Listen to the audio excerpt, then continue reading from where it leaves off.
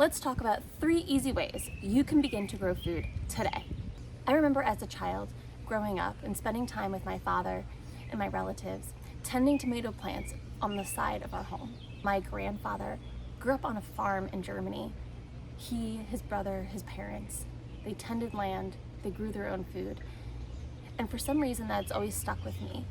It's been something that I find beautiful, something that I find natural, and though it's not always easy, it is something that I really enjoy doing.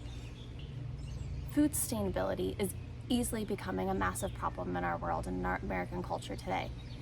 And through the COVID-19 pandemic, I think we all saw little glimpses of that. So the garden behind me is not something that really existed before COVID-19.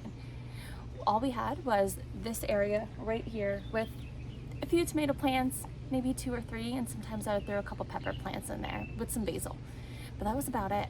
But during the COVID-19 crisis, I really kind of calmed my life down, took some time to understand what's important to me, where do I find joy, where do I find peace. And maybe one of these reasons is why you found this video today. What's your reason for finding this video? Why are you ready to start growing your own food? Is it the food sustainability crisis? Is it because it's something that you think might bring you joy and peace and calm to your life by using your hands to tend your own garden?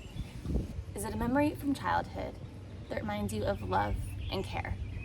Whatever it might be, let's dive in right now to the 3 easy ways you can begin growing your own food, no matter what space you have. The first way you can begin growing your own food today is to container garden. No matter what space you have, whether you're in an apartment with a balcony, you have a deck, a porch, if you don't have a big backyard, you can container garden.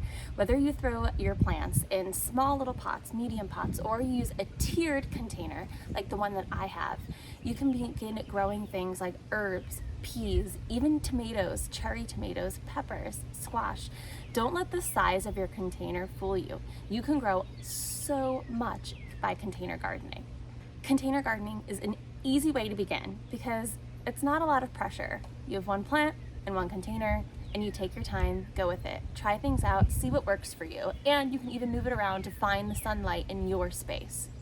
The second way you can begin gardening and growing your own food today is by putting in raised beds. This area you see behind me is on the side of my house. It was a space that we never used. Every now and then the dog would come over here, maybe a kid would run on the side of the house. Nothing lived back here. It was grass and that was it. So at one point we started with just the raised bed you see behind me, and it was even lower to the ground, doing tomatoes, peppers, basil.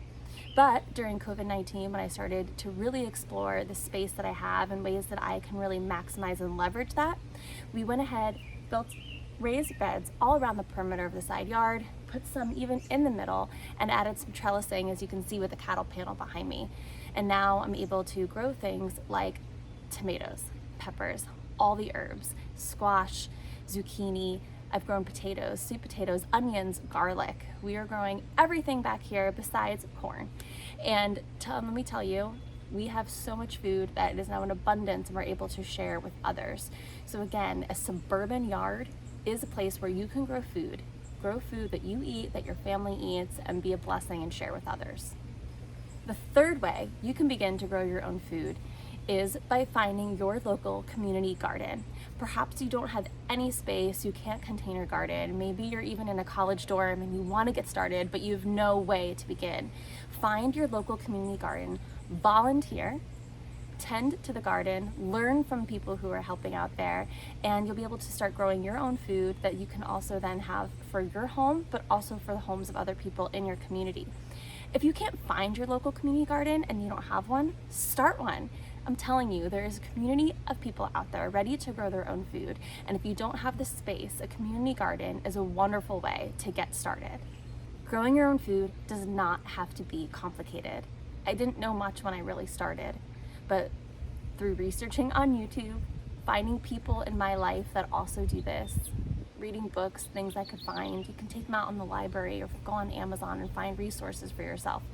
I've been able to expand and explore, trial and error, but I've been able to not only grow my own food, but learn how to preserve it and keep it in our cabinets so that we have foods all year long. By no means are we supplementing our grocery bill with the food that we're currently growing, but we are able to use our hands, learn how to offset our bill just a little bit, share with the people we love, and have a fresh taste of the garden all winter long. If you're ready to explore some resources about how to begin growing your own food, check out the link associated with this video. You'll be able to find resources to container gardening, different books and videos and channels on YouTube that I found helpful. And I hope that this is your first step to explore what you can do beyond the grocery store.